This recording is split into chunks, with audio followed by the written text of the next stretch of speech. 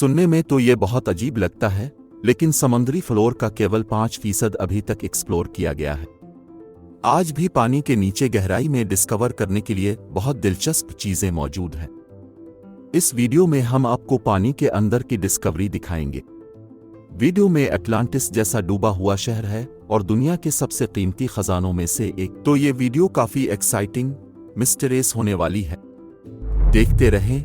Good to know. हम अपनी video की शुरुआत इस तलाश के साथ करते हैं जिसका हर गौताखोर शायद ख्वाब देखता है। एक असल डूबा हुआ खजाने का जहाज, जो कोई आम जहाज नहीं था। खजाने के शिकारी मेल फिशर को 1985 में कैलिफोर्निया के साहिल से एक मलबा मिला जिसमें अब तक का सबसे बड़ा सोने का खजाना था। मेल फिशर ने 11 साल की उम्र में गौताखोरी शुरू की थी और वो हमेशा से शानदार खजाना तलाश करने का ख्वाब देखता था। इसी कारण वो प्रोफेशनल खजाने का शिकारी बन गया। स्पेनिश बहरी जहाज नेस्ट्रा सेन्योरा द अटाचा जो 1622 में डूब गया था, इसकी कहानी ने कभी उसका पीछा नहीं छोड़ा। सोने और चांदी के बहुत बड़े खजाने के साथ ये जहाज समुद्री तूफान में डूब गया था।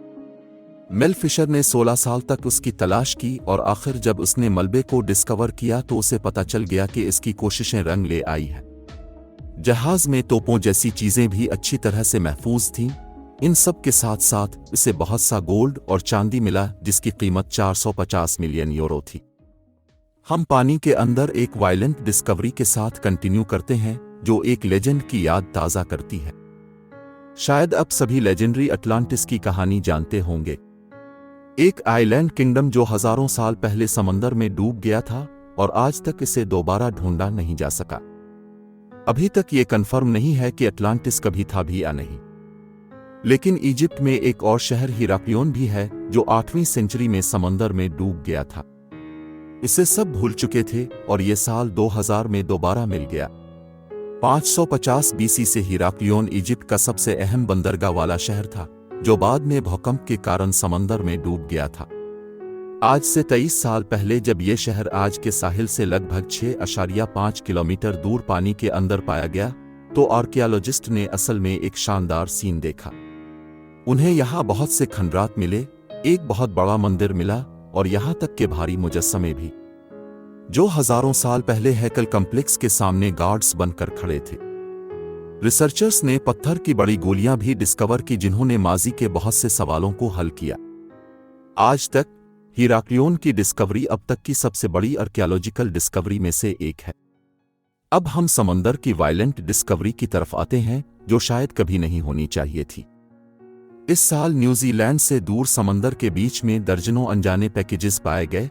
ये सब एक दूसरे से कनेक्टेड थे। जब पुलिस इस राज की तह तक पहुंची तो उन्हें अपनी आंखों पर यकीन नहीं आ रहा था।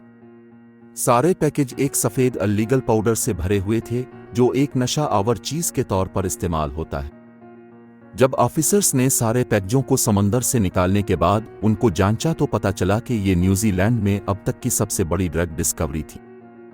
ब्लैक मार्केट में इस 3 टन सफेद पाउडर की कीमत 300 मिलियन यूरो थी। इस सवाल का जवाब नहीं मिल सका कि ये पैकेजेस समंदर में कैसे पहुंचे। कहा जाता है कि उन्हें एक स्मगलिंग बहरी जहाज ने उठाया होगा और फिर दूसरे देशों को भेज दिया गया था। ड्रग्स इतनी ज्यादा थी कि इससे न्यूजीलैंड में 30 साल तक नशे के आदी लोगों की जरूरत पूरी हो सकती थी।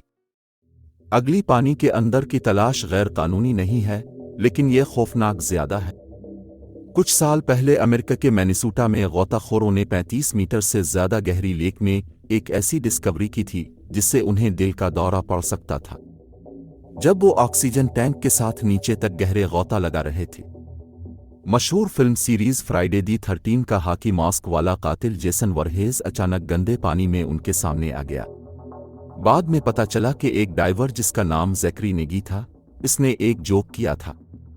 2018 में जेसन का एक लाइफ साइज और असल नजर आने वाला स्टैचू बिल्कुल इसी तरह जैसे फिल्म सीरीज के एक सीन में था, लेक के नीचे जंजीरों में जकड़ा पाया गया था।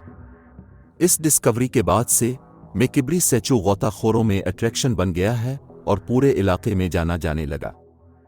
हकीकत यह है कि पानी के अंदर डिस्कवर करने के लिए बहुत से जहाज़ों के मलबे मौजूद हैं, जो कि बिल्कुल भी अच्छी खबर नहीं है। सेकेंड वर्ल्ड वॉर में बहुत से जहाज डूबे थे। मलबे की तलाश जो अब हम आपके सामने पेश कर रहे हैं, ये काफी सीरियस है। 2018 में रिसर्चर ने ब्लैक सी में 2000 मीटर की गहराई में दुनिया के सबसे पुराने जहाज का मलबा डिस्कवर किया। वैसे तो जहाज के मलबे एक खास वक्त के बाद पानी के अंदर गलते हैं, लेकिन यह बहुत अच्छी तरह से महफूज ग्रीक मर्चेंट जहाज मिला जो 400 BC में डूब गया था 2400 साल पहले। असल में जहाज समंदर की तह में हजारों साल तक ठीक इसलिए रहा क्योंकि ब्लैक सी की इस गहराई में शायद ही कोई ऑक्सीजन मौजूद हो। इस वजह से लकड़ी सड़ती नहीं है और मर्चेंट जहाज में लगभग हर चीज अब भी अच्छी हालत में रही। जो चीज पानी के अंदर इस शानदार डिस्कवरी को अजीब बनाती है वो ये है कि रिसर्चर उसे ढूंढ नहीं रहे थे, ये अचानक उनके सामने आ गया। वो लोग वहां केवल रिसर्च करने गए थे और समुद्री फर्श में होने वाली तब्दीलियों का नक्शा बनाना चाहते थे। डिस्कवरी होने तक